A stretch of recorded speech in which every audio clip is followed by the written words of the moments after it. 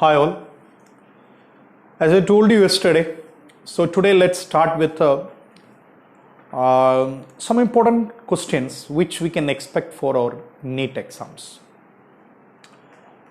And as I told you yesterday, let us start with atomic structure first of all. So let me go through the first question straight. The number of radial nodes in 3s and 2p orbitals respectively. In 3s and 2p orbital respectively. See, we have 3s orbital and 2p orbital. And they're asking what is the total number of radial nodes present. So they had given options 2, 0 and next option 0, 2 and next option 1, 2 and the next option they had given as 2, 1. So how many radial nodes are present? That's the question. So what are the equations you require to solve this particular problem? You have studied first equation, total number of radial nodes or spherical nodes. So let me write total number of radial nodes. So what is the equation to find radial node? There is no doubt you know that n minus L minus 1. So let me write straight n minus L minus 1. This is the equation what we need to use to find the number of radial node. Similarly, radial node also can be called as spherical node. So radial node or what we have a spherical node. So what is the formula to find the spherical node or radial node? Compulsory right now n minus L minus 1. Similar to this, they can ask about angular nodes or planar nodes. And you might be knowing what is the equation to find the number of angular nodes or planar nodes. So let me write that equation also. Number of angular nodes. So we have angular nodes is equal to L. And if somebody asks you what is the total number of nodes, so total number of nodes will be definitely first one plus second one, means radial nodes and angular nodes together will constitute the total number of nodes. So I can write there total number of nodes will be equals n minus 1. So this is the equation what we have to solve this particular problem. So in this manner, if you try to solve, let's see what will come here. See, in the case of a 3s orbital, what is n value? N value equals 3. Similarly, what is L value? In this case, L value 0. And they are not asking about angular nodes. They are talking about spherical node. So how is the equation to be used? First equation we are utilizing and we can find out number of spherical nodes equals n minus L minus 1. Which will be equals 3 minus 0 minus 1, which will be equals 2. So we have seen that the number of radial nodes present in case of 3s orbital is 2. So let's see to the option, and option number 2 and option number 3 in elimination round, these two are out. And now let's see what about the next one. Next is 2p. So there also they're asking about the radial nodes. Then let's write what is the n value here. Of course, you can see that n value is 2. And what is the L value? L value is 1. Then we have n minus L minus 1. So when we substitute the values, what do you get? 2 minus 1 minus 1 means you will be getting the answer 0. So option first one will be selected as your answer. But in this case, what you need to remember one more thing. This equation is not valid everywhere. Suppose if we are talking about 3D z square, let me write it very clearly. So when we talk about 3D z square, and in case of 3D z square, if somebody asks you what is the number of spherical nodes or angular nodes, there what we need to say that we don't have any nodes. So this equation do not suit with the 3D set square. So in case of 3D set square, what you need to say there, total number of nodes will be equal 0, and this is the only one exception that we have. So that's about the first question. Let's go with the next one. Let's see the second question. In this, which hydrogen-like species will have the same radius as that of Bohr radius of hydrogen atom? And they had given some options. What are the options? N equals 2 for lithium 2 plus, N equals 2 for beryllium 3 plus, N equals 2 for helium plus, N equals 3 for lithium 2 plus. So what we need to do, how we'll be able to solve, and what are the equations we required and what the concept we required. See, they are talking about radius, so definitely we need to write the equation corresponds to that. So let me write the equation. See, I can write radius of an atom of nth orbit. Radius of an atom of nth orbit can be written as R0 into n square by z. See, this R0 what we call as Bohr radius. So what is this? R0, it's called as Bohr radius, isn't it? Now what is the values of this R0? Actually we need to be familiar with the three values. You are familiar with all the values, but still let me try to write that once again. So listen, I can write what are the values of this. 52.9 picometer, or else we have a 0.529 angstrom, or else you can write 0.0529 nanometer. These are the different R0 values which we need to keep in mind to get speed to solve the problem. See, we can calculate in the hall itself, but if we keep all the values in the arranged manner in our mind, then it will be easy for us to solve. Okay, so in that way, let us approach this problem. Definitely, see, they had given some options there. So this is a back substitution kind of problem. So we have to select the values in the given option and we need to substitute here. So let's see to that. First of all, let's talk about N equals 2 and lithium 2 plus. You know what's the Z value for lithium? Z value for lithium is 3. And what is the N value? 2. So I can write there, here radius is equal to R0 into N square is 2 square divided by 3. See, in this case, 2 square is 4 divided by 3. This is not getting cancelled. So this is not equal to R0 or Bohr radius. And let's go with the next option. See what the next option they are given there. N equals 2 and beryllium 3 plus. You know, in case of beryllium 3 plus, Z value is 4. So let's substitute then. R is equal to R0 into N square. What is N square? 2 square. And for beryllium 3 plus, what is Z value? Z value is 4. So I can write there 4, and what will happen ultimately? These two terms will be cancelled. And if these two terms cancel, you can see that this R will be equals R0, which is equal to Bohr radius. And please try to understand, whenever you have back substitution problem, most probably your answer will be first one, and very rarely it will go to the second one. But in this case, they are given option as the second one. And now, so you have got your answer, it is the second option. But at the same time, let's check what about the fourth one or third one. Let's see to the third one. In case of third one, let me write there, R is equal to R0 into 2 square. There also N equals 2. So we have 2 square divided by 2. Why 2? Because atomic number of helium is 2. So these two will be cancelled and you will be getting R0 into 2. So that's not our answer. So our answer is definitely second one. This is not your answer. This is not your answer. In the same manner, next one also not our problem, isn't it? So what you keep in mind, listen, in this case, what is Bohr radius? Bohr radius is equal to R0, means radius of first orbit of hydrogen atom. So radius of nth orbit of hydrogen atom equals, or radius of nth atom of any atom is equal to R0 into n square by z, where n is number of shell and z is an atomic number, isn't it?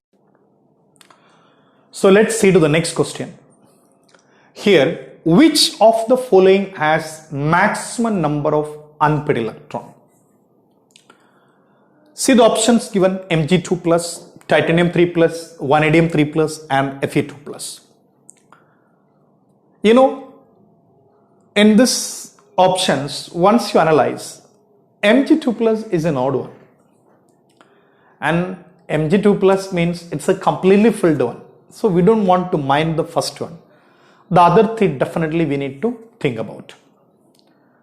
And straightly you can come to the answer. If anyone close to manganese is there, then of course we need to pick him as the answer. You know who is very close to manganese? It's Fe. So I will pick the first option, Fe2 plus. But let's analyze. Mg2 plus. You know what is the electronic configuration of magnesium? Magnesium, you have studied, the configuration comes as 1s2, 2s2, 2p6, and then what we have 3s1. This is what you have magnesium. And from this you are removing one electron from 3s. So when you remove one electron from 3s, what is left with 2p6? 2p6 is a completely filled one, and there we don't have any unpaired electron. So in the first case, definitely you know that there is no unpaired electron. So no unpaired electron in first case. And now let's talk about titanium. So you know titanium comes after scantium, titanium atomic number 22. And after titanium, what we have a vanadium. So let me write that. So we have a titanium and vanadium, next Fe. So you know what is the electronic configuration of all these species? Titanium atomic number 22. Similarly, vanadium atomic number 23. Iron atomic number 26. Let's write the electronic configuration of the species. So I'm writing for titanium. What is the configuration of titanium? You are familiar. 3d2 4s2. This is the electronic configuration of titanium. And for vanadium, I can write 3d3 4s2. And for Fe, I can write 3d6 4s2. Now, here we have titanium 3 plus. 3 plus means how many electrons we removed? We removed 3 electrons. So I can write here titanium 3 plus means we have a 3d1 configuration. Similarly, for vanadium you have a 3 plus means you have 3 electrons removed. So you will be getting the configuration here 3d2. Now, in case of Fe, it is Fe2 plus. So let me write there Fe2 plus. What will be the configuration? You have a 3d6. So where we have a more number of unpaired electron, definitely the unpaired electron depends on the unpairedness present in d orbital. So let me draw the d orbital in this case. In this case, you know, we have 5 d orbital. Out of that, only one is there. One electron is there. Means we have a 1 unpaired electron. So here number of unpaired electron is 1. In this case, you know, number of unpaired electron comes as how many number of unpaired electrons are there? 2 are there. So let me write there number of unpaired electron is 2. And when you come to the case of Fe, what is the number of unpaired electron? So here number of unpaired electron is 4. So the number of unpaired electron comes as 4 in this case. So what's the answer here for us? It's nothing else Fe2 plus. Hi, let's go with the next question. See in this question, Rutherford experiment which established the nuclear model of atom. and they had given the options. It is beta particle or a gamma rays, or we have a helium atom, or we have a helium nuclei. So what will be your answer? There is no doubt most of you will say only one answer. It is helium nucleus.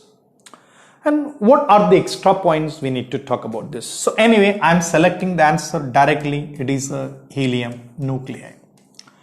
Now listen. See, what is this experiment and what is the conclusion we got the experiment and what the benefit we got from there? Okay, so Rutherford allowed alpha particle to pass through a very thin gold foil. So he allowed alpha particle to pass through a very thin gold foil. Most of the alpha particle passed through the gold foil without any deviation in their path. This is the observation number 1. Now, few of the alpha particle getting deflected by an angle theta. This is the second observation. Very few of the alpha particle getting bounced back, and this is third observation. So first observation, most of the particles goes without any deviation. Second, getting deflected by an angle theta. Last, bounced back. So from this observation, he concluded that first point, first observation, first conclusion, most of the space inside the atom is empty. So first conclusion, most of the space inside the atom is empty. And from the second point, rays are getting deflected by an angle theta. See why it is getting deflected by an angle theta. He said there is a small positively charged heavy center called nucleus. So here we have a very small positively charged center called nucleus. And see here we need to mind one more thing. The number of particles getting deflected in that manner.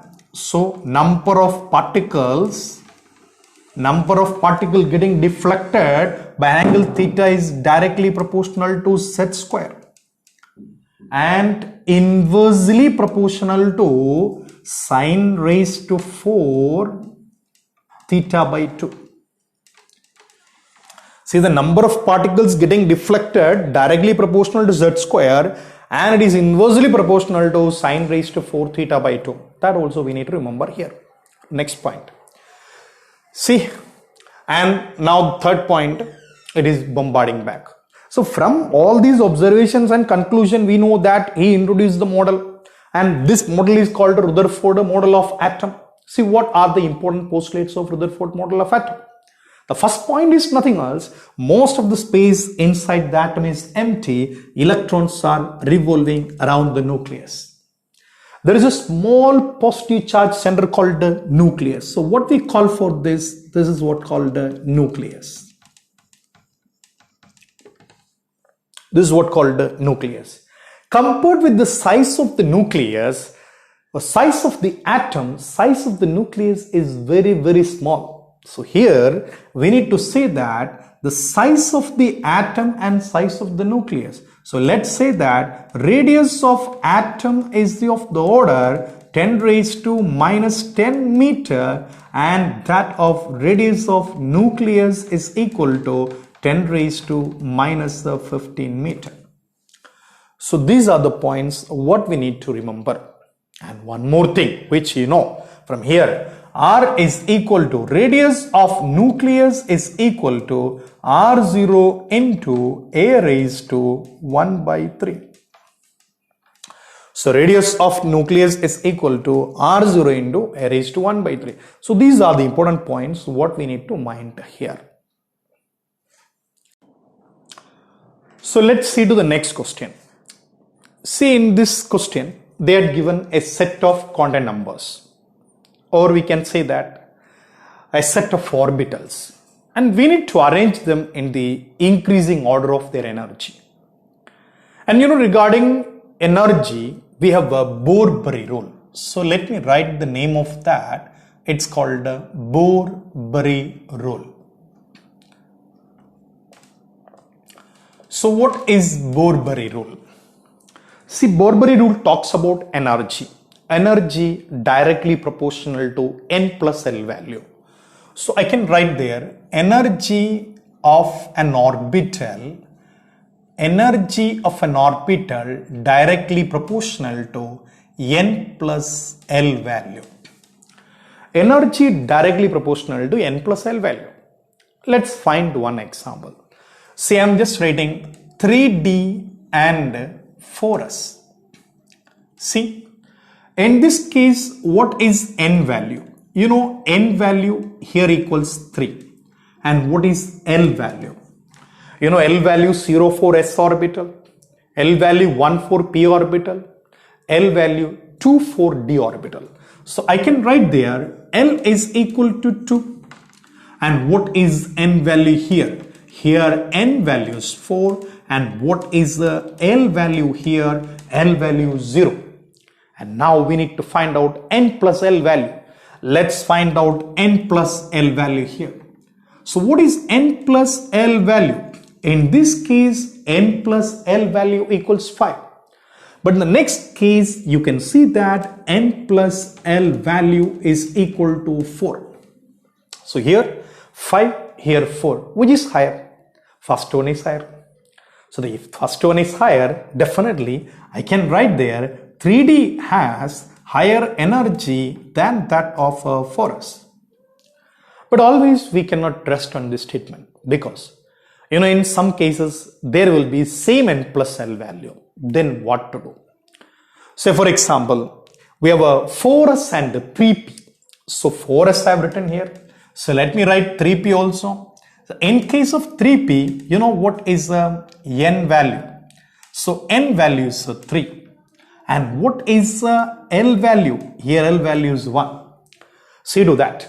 In this case, you get n plus L value is equal to 4. So please mind to this. In both the case, in case of 4s and in case of 3p, you same n plus L value. Whenever you same n plus L value, which one has higher n, it will have a higher energy. So which one will have a higher n value? 4s will have a higher n value. So 4s will have a higher energy than that of 3p. This is the concept what we have. Now based on this, we need to solve this particular problem. So based on this information, we need to solve the problem. See that what is n plus L value? So here it's equals 4. The sum of these two will be equals 4 in first case. And second case, you can see that it's equals 5. Next case also you can see that it's equals 5. And next case you can see that value equals 4. So, you know, 2 cases we have 5 and 2 cases we have 4. Wherever we have 5, they have higher energy. So which one has higher energies? You can see that second one and third one has higher energy. And what about first one and the fourth one? First one and the fourth one has less energy. So these two, can we say that these two have same energy? No. If they have same energy, then we need to mind their n value. So out of these two, which one has higher n value? This is having higher energy value. So compared with 1 and 4, 1 is having higher energy. And compared with the 2 and the 3, just to see 2 and 3, which one has higher n value? 2 is having higher n value. So what is the order comes? Ultimately, you will be getting the answer 2 has higher energy than 3, which has higher energy than 1, which has higher energy than 4. So the option given in the problem will have this is the right option there. So this is a problem regarding Bohr rule. Okay, let's see the next question. See the wavelength associated with a golf ball weighing 200 gram. See what they're asking to find out lambda wavelength. And they had given mass of the substance, it's 200 gram, moving with a speed of 5 meter per hour. So these are the data they had given. And of course, by saying this, we know that it's regarding the wavelength of a massive particle, means de Broglie's relation. You know what is de Broglie's relation? So let me write lambda is equal to h by mv. So lambda equals h by mv. Please keep in mind, wherever we have a h, then it is better to use all the units in SI.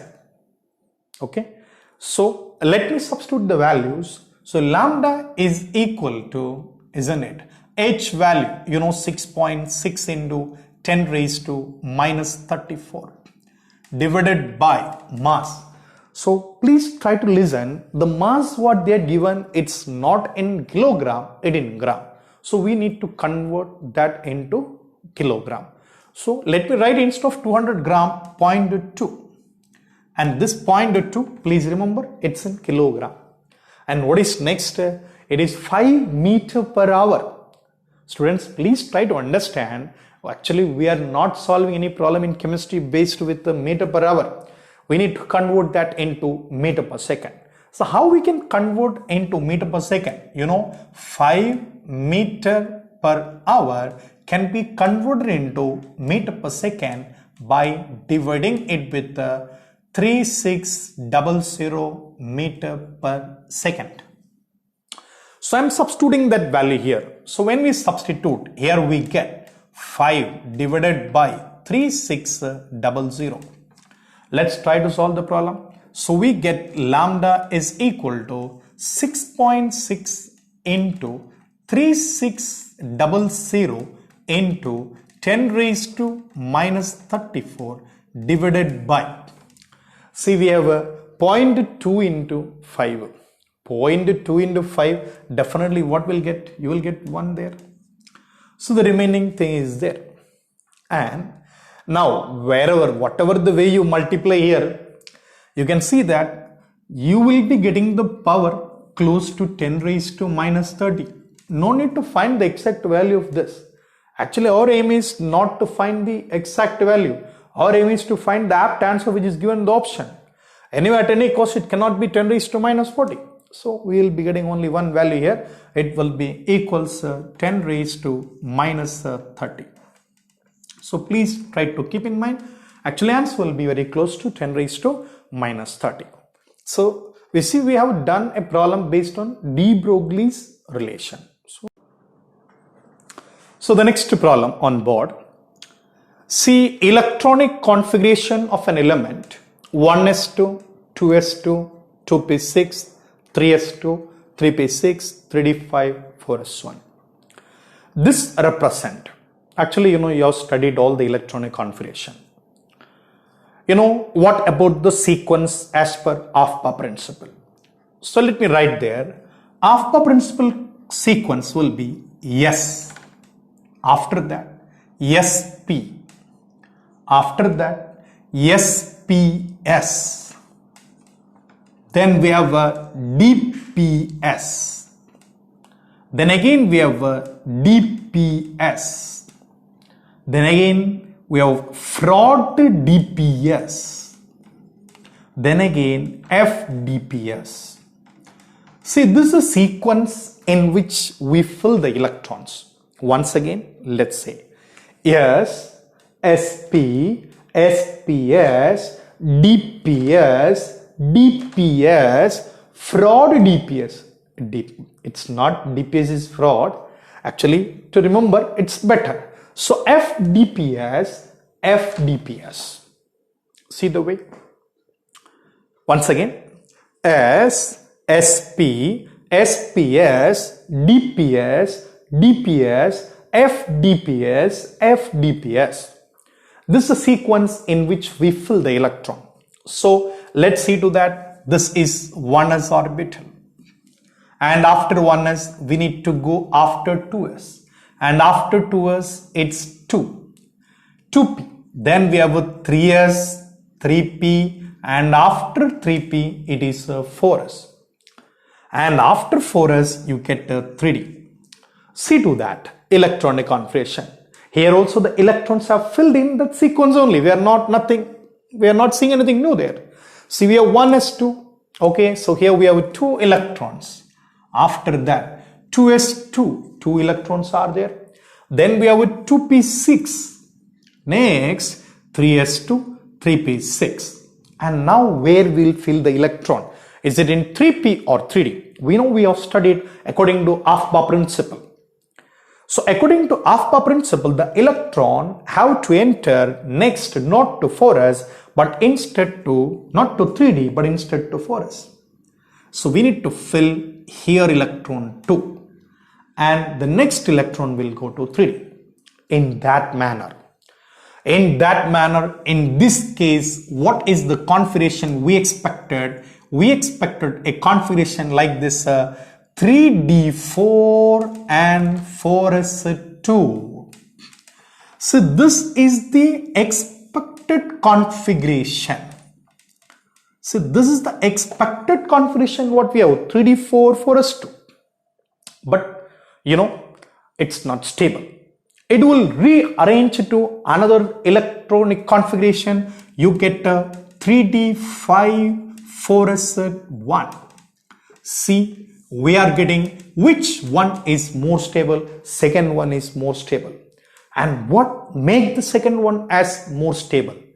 And you might be knowing the reason behind that. Let's see what is the reason behind that. See, I'm just drawing 3d5. So whenever we are drawing here 3d5, you can see that all the 5d orbitals are completely filled, partially filled. So one electron each. Means it gives rise to a symmetrical arrangement. And not only that, we have one more term there to be familiar with. It's called exchange energy. So because of two reasons, this configuration is more stable. What are those two reasons? One is this is a symmetric arrangement, or this is a symmetric system. And the second one, so tell me exchange energy. So what we can write? Second one is exchange energy. So because of these two reasons, this configuration is more stable. And you know, instead of expected 3d4 4s2, this electronic configuration is achieved due to the more stability. And you know, this configuration comes for which atom? It's for the atom with atomic number 24. You know what is the atomic number 24th element? Chromium. So your answer is for ground state. And what is that atom? Definitely you know that it's for chromium. And the similar manner you might have studied about copper also. So instead of expected 3d10, 3d9, 4s2. So this is the expected electronic configuration of copper. But in real practice, what it comes, you know, it's not comes in this manner. So we get 3d10, 4s1. Again, you ask one question, why we get like that? The same reason we say in case of copper also, symmetric configuration, and we have a higher exchange energy. So due to these reasons, our answer is second one here, not the other options. See to the next problem. In this, energy of an electron in first orbit of hydrogen is minus 13.6 eV. Definitely we know this statement is perfectly correct. EV per atom. Now, the possible energy value of excited state of electron in Bohr orbit of hydrogen, excited state. So let's see to that excited state. And you know, for a hydrogen, we have ground state. So for hydrogen atom, let's see to that we have a K shell, and this is the ground state. And L shell, this is called the first excited state or second level. And we have a M shell. M shell is called second excited state and third level. So they are asking us to find out the energy of excited state. Means energy of second orbit or third orbit or fourth orbit, which will come as the apt answer in this option. And let's see what is the equation we required. We know we have studied energy of an electron present in nth orbit of hydrogen atom. Or let's forget about hydrogen. Energy of an electron present in nth orbit of an atom, it's equals what we studied, minus 13.6 z square divided by n square eV per atom. This is the first equation what you studied. But apart from this, we know we need to be familiar with one more value. That's nothing else. I'm just writing here. En is equal to minus 1312 z square by n square kilojoule per mole. So these are the two equations which we need to remember for our competitive exam, NEET or JEE. Now, see to that. So here they are saying very specifically about hydrogen atom. So we don't want to bother about NZ square. So let's say that for hydrogen atom, what is Z value? For hydrogen, Z value equals 1. Then, anyway, we have already got what is the value of E1. E1 is there. E1 is minus 13.16. Let's verify once again. What is energy of first orbit? So let me write minus 13.6 into 1 square divided by 1 square. So we'll be getting the answer minus 13.6 eV. So energy of first orbit of hydrogen atom is equal to minus 13.6 eV. And now second orbit. So energy of second orbit is equal minus 13.6 into 1 square divided by 2 square. Means you will be getting minus 13.6 by 4, which is equal to minus 3.4 eV. So the energy of second orbit or first excited state is minus 3.4 eV. And now let's think about E3. So when you talk about E3, we have a minus 13.6 into 1 square divided by 3 square. So the here value will be minus 1.51 eV. But this value is not there. So we have only one answer is left, minus 3.4 eV. So what is the option? Our right answer is minus 3.4 eV. And listen all of you. So here they had given the energy of hydrogen atom.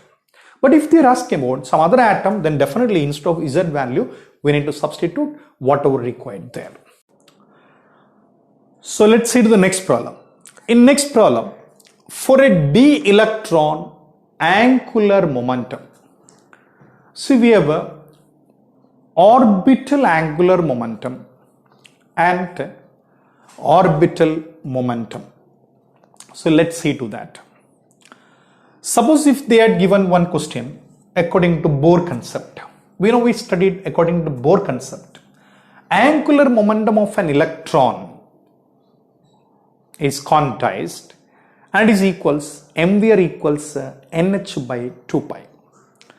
So if simply they're asking angular momentum of an electron present in nth orbit, then we have the equation mvr equals nh by 2 pi.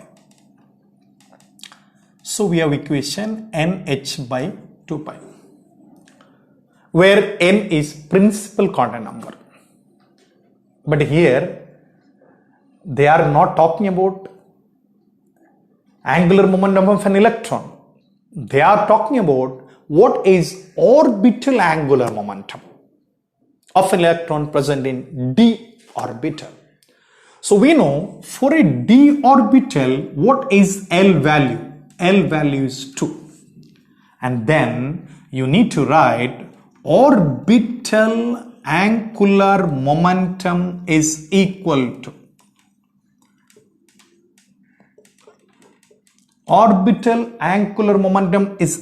to root of L into L plus 1 h by 2 pi. See, you need to substitute the L value here.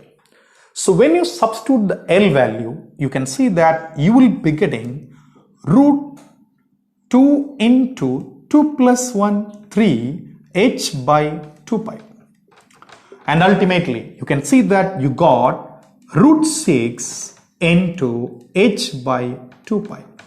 So here we have a first answer. Actually, here we need to be careful. See, if they're asking about angular momentum of an electron present in nth orbit, then we need to utilize the first equation. But here they're asking about orbital angular momentum by specifying d. So we need to use the second equation. In this manner we need to solve. And don't try to solve in the first manner. And even if you try to solve here, we don't have n value. So you will avoid this process and we need to select this way of solving. See, we have a next problem here. The number of nodal planes in px orbital. See, I think I have discussed about already how to find out nodal planes or how to find out spherical nodes or angular nodes. Here also the equation you are familiar with. So let's mind what is the answer for this. See, they are given px only, isn't it? They are not specified which px. And you know, for finding nodal plane or planar node or angular node, n value is not required. We need only n value. You know what are the L values possible? So L value is possible 0, 1, 2, 3. And if 0 comes, you know what is that sublevel or orbital? It is called S sublevel or S orbital. And if it is equal to 1, then what do you say for that? It's a P sublevel. And if it is 2, what do you say for that? It's a D sublevel. In our problem, you know that we are talking about a px orbital. Whether it is px or py or pz, doesn't matter. L value will be same only. So I can say that for px orbital, what is the L value? So let me write L value equals 1. If L value equals 1, that itself is the number of nodal plane. So we have got the answer 1. So what the option here? First one. Suppose instead of this, if they're asking about next 3p, then also our answer is what? 1 only. So angular momentum, angular plane or planar node or angular node, that do not depends on n value. It depends only on L value. So please remember this kind of problems also. So these are the first 10 questions which I have selected as the most probable questions which can come almost the same manner or almost the same pattern, because for NEET exam they don't keep a difficult question. So they will frame the question such that you have to get maximum benefit from the question itself. And we don't have much more mathematical skills. We don't want to show mathematical skills also there. So next class compulsory will be discussing about chemical bonding. Thank you then. See you.